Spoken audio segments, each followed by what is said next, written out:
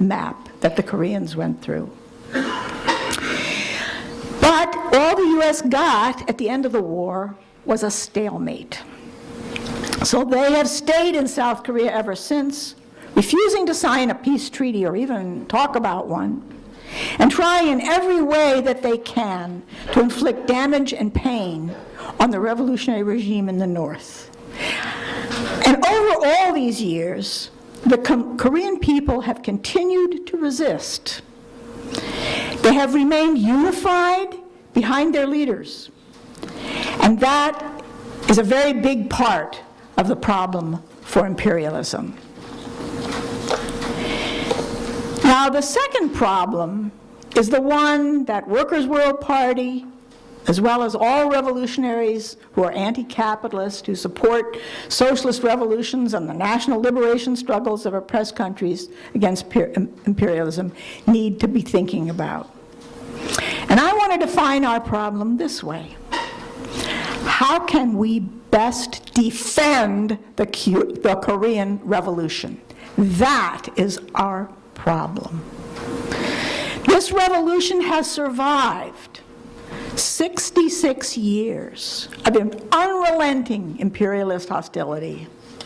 And this is during a time in world history when imperialism succeeded in pushing back so many gains made in previous struggles by the workers and oppressed all over. They brought down the Soviet Union. It was largely their pressure. The Soviet Union had weaknesses. They knew how to put the pressure up so that those weaknesses would make them crack. They brought down the worker states of Eastern Europe. They've rolled back many, many national liberation movements. They forced China to open up to investment or remain highly, highly underdeveloped in a world where technology has become enormously important in every way. The countries that had ousted colonial rule after many valiant struggles to reclaim their territory from the colonizers, many have fallen into the clutches of finance capital and neoliberalism.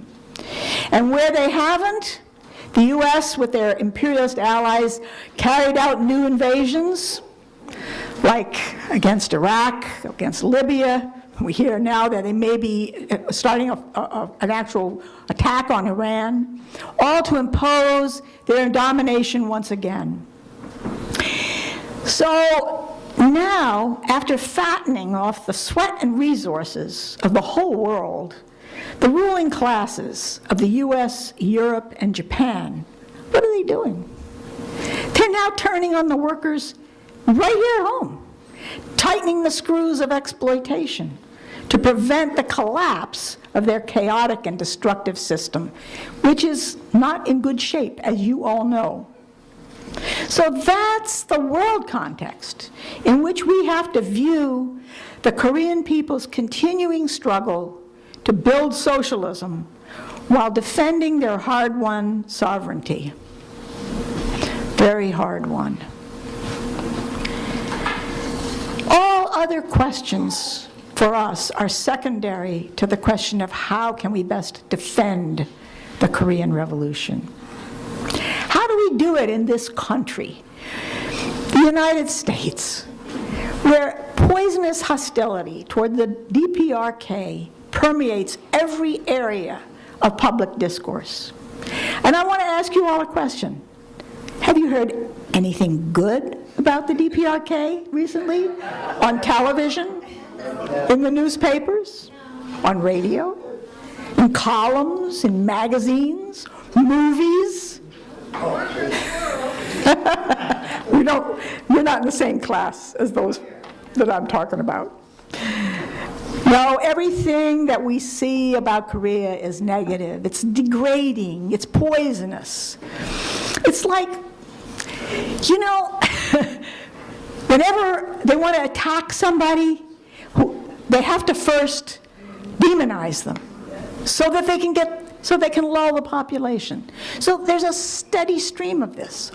Remember what all the stories about Libya before they bombed the hell out of Libya, or Iraq, or even for that matter, how World War I started, and World War II started, or the battleship Maine, or all of this. There's always got to be that softening up of the population at home, and that has been going on now, ever since certainly since the Korean War.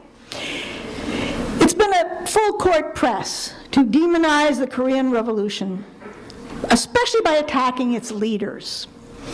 All the niceties of diplomacy, you know, the nice things they say about heads of state, no matter who they are, the king of Saudi Arabia, the Shah of Iran before him, they always said such nice things about them, right? But all that gets disregarded when it comes to Korea. Any North Korean who is elevated to leadership is belittled and abused here. The language is not only personally insulting to the highest degree, but it's totally subjective. You've all heard it, and I'm not going to dignify this kind of garbage talk by repeating it here. But what I want to go over is, where does this hostility, this just exuding anger and frustration at the DPRK come from? You know, it's the same hostility that the slave owners had toward the slaves who resisted them. It's the same hostility of the bosses toward the workers when they demand a union. It's the use of slander and lies and character assassination to turn the public against those that the ruling class wants to destroy. Now, it's particularly galling to them that the Workers' Party of Korea and the Supreme People's Assembly, which is the main government legislative body, continue to choose descendants of Kim Il-sung to represent the state in the highest capacity. But why are they elected to these positions? Well, I could give you one reason that I think. I think this is how the Korean revolutionaries tell all the forces of reaction, from the US to the right-wingers who are running the state in South Korea on behalf of imperialism, and everywhere. This is how they tell them that the DPRK is not going to depart from its revolutionary traditions. That it's not going to bow down before the public opinion that has been created by foreign imperialists. That it remains true to the ideals that so many generations of Koreans have fought and died and sacrificed for. When Kim Il-sung himself died in 1994, there was a flurry of speculation in the capitalist media. Would there be a power struggle? Would a faction emerge that wanted to get along better with the West? We're hearing the same thing today with the death of Kim Jong Il, who was a son of Kim Il-sung's. There is scorn that the Workers' Party has decided that Kim Jong Il is now to be replaced by his own son, Kim Jong-un. I want to ask you a question. How many US presidents have been relatives of other US presidents? I can think of a couple of Bushes right off the top of my hat. And there were the Adams, and there have been plenty of others. And senators, and governors, and Roosevelt, right, yeah.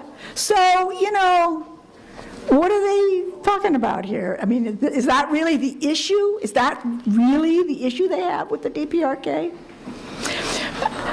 When I think of the posture that the Korean leadership has toward the US in particular and the rest of the imperialist world, it reminds me of something that's called a shield wall. In medieval times, before there were guns or even crossbows, which, you know, when those things came along, you were in a fight, but the person you were fighting was far away. But before that, the person you were fighting was right there in front of you, and you were at them with a sword or a pole axe or some other kind of chopping or cutting thing, and you were fighting out toe to toe. So the people who wanted to defend themselves from this kind of an attack